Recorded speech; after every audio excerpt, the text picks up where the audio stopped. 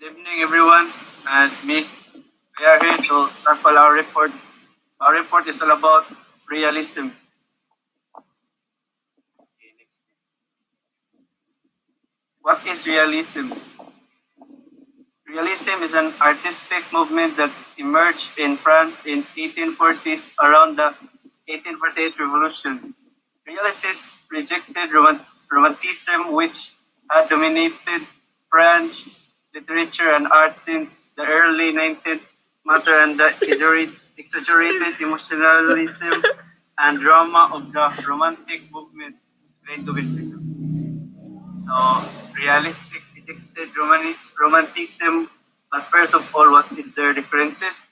It is simply romanticism, typically nag-illustrate ng mga fantastical situation nga model sa mga imagination, whereas realism are based and use fact to depict ordinary everyday experiences. The realist depicted everyday subject and situation in contemporary setting and attempted to depict individuals of all social classes in a similar manner. Realism as an art movement was led by Gustave Courbet in France. One, realism kay nagpakita og mga real situation during contemporary. Si Gustave Courbet ang nag-lead sa realism sa mga mid-19th century. Iya gi-reject ang classical and theatrical style sa French Academy. Okay, next bit.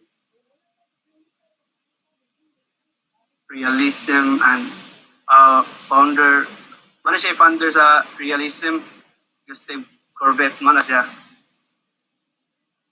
He is known as the main proponent of realism, and his painting challenged convention by depicting idealized peasants and workers, often on a grand scale traditionally reserved for paintings or religious or historical. So ana siya kay, as what I mentioned, si Gustave kay usa ka French painter o leader of the realist movement. He was born on 1819. Courbet rebelled against the romantic painting sa iyang panahon. So, convert to every events for his subject matter. Mao nang iyang mga painting kay about realism because it involves reality situation. Next bit.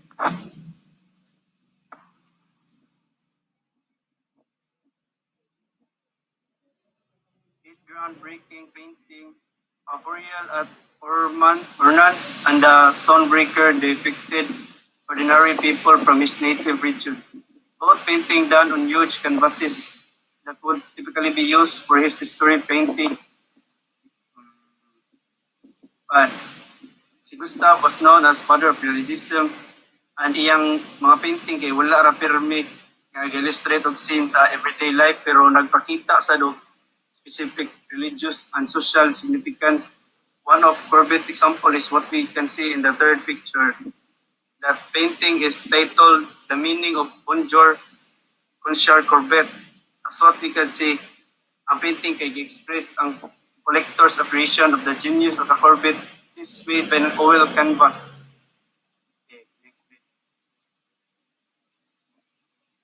So 6 characteristics of realism. So first, realistic characters and settings. So kuha na siya. Nag-show siya mga tinuod nga character and subjects with the actual nga lugar. Second, comprehensive detail about everyday occurrences. So, nag-show sa each details. 3, plausible plot, a story that could happen in your town. So, mo na siyang meaning, it is not only an imagination, it can be a situation na mahitabo or nitabo sa real life sa contemporary na time. 4, real life dialects of the area. Mga realistic ilang dialects sa area. 5, character development, important. One of the importance kay ang process of building a unique three-dimensional character with depth, personally and clear motivation, which is the character development sa painting. So last kay importance in depicting social class. It clearly shows the different social class during his time. So, Malta to be continued by Kevin. Nuez. Kevin, ako na siya share screen bin. Eh,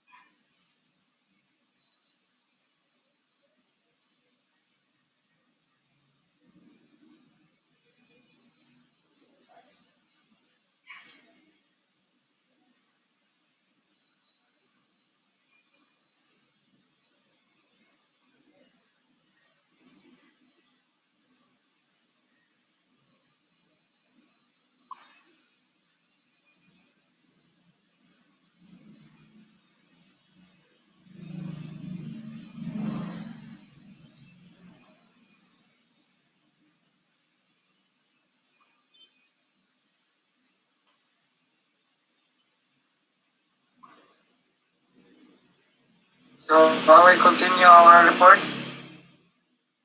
After Gustav Courbet, Jean-Francois Millet was the most prominent and influential figure of the Russian art movement in France. So muna si Kuan Jean Millet. So next master. He is best known for his depiction of peasants and contemporary social conditions. His work emphasized the hardship of the task the peasant had to perform. So yung mga kuan kani si Jane Millet kay sikat siya for making the farmer as iyang mga subject nga sa iyang painting na siya mga exhibit paintings of vision isang at mga result nga na change siya socialized yung mga painting kay about sa mga farming para sa example niya next master na yung example ng mga farming the title siyang art na ni kay The Beginner in 1857 mga farming dyan niya mga painting next master.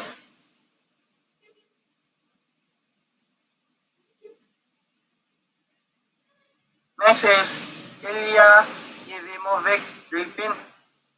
So si Ilya kay is the famous of realism, also known as Itinerant Society, which were a group of Russian realistic artists who protested against academic restriction and were critical of the social environment. So, yung kuan, siya yung pinakasikat nga mga sikat sa realism, famous ni siya. Yung mga kuan, pag sugod niya, yung talent job painting, pag abot sa edad niya nga 22, nagsugod si Ripin sa iyang art career at sa Imperial Academy of Art. So, pag abot niya 22, nagsugod dito na siya na iyang career nagsugod. Next master.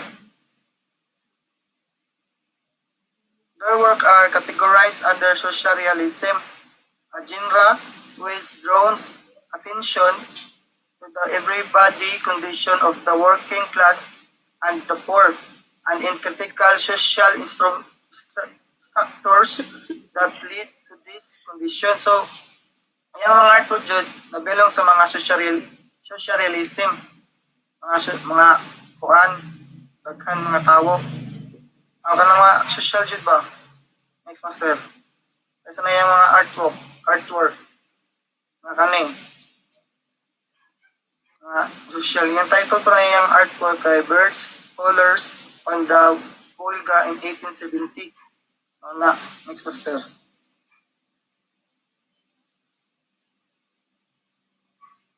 Example of realism. Realism is an art style that focuses on the making piece look as realistic and true to life as possible. Think of realistic portrait, landscape, and still life paintings.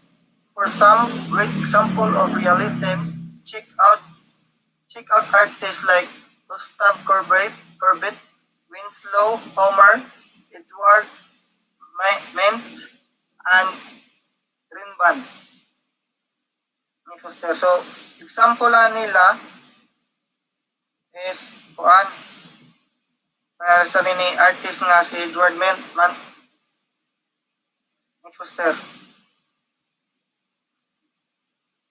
Next. So, title na niyang artwork kay Lucian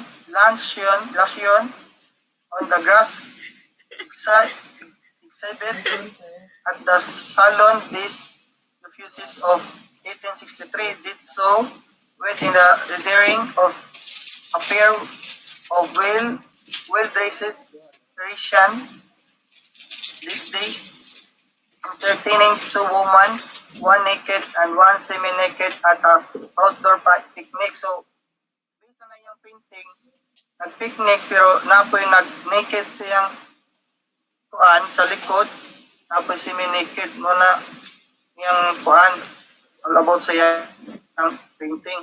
Next na step.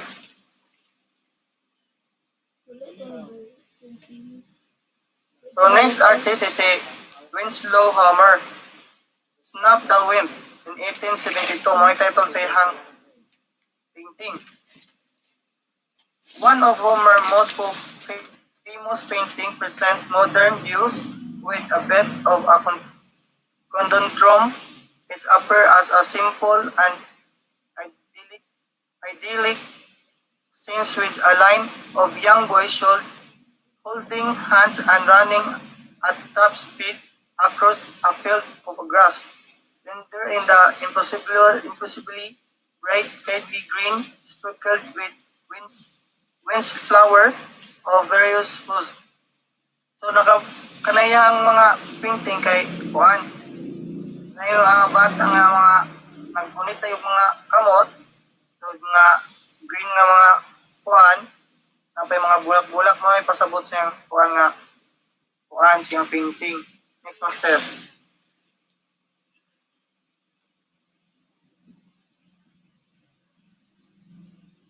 The last one is Rembrandt. So, title po siyang painting na nakita ninyo, The Autonomy Lesson of Dr. Nicholas Tulp in 1816. In this pyramid-shaped composition, 7 upwardly posed men with bright white ruffled collars are intently observing a man named Dr. Tulp who is facilitating an autonomy lesson. So, kung kaniya ang painting kay observation na niya sa autonomy nga lesson ni Dr. Nicholas nga na mga estudyante nga nagtanaw. So, ang kanadyo realism is all about jud nga tinuod nga nangyari, di lang jud imagination nga inyong mga painting. Next master.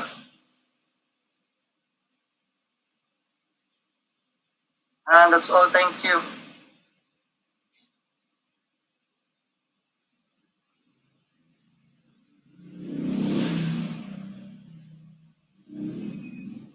Start na, Bi.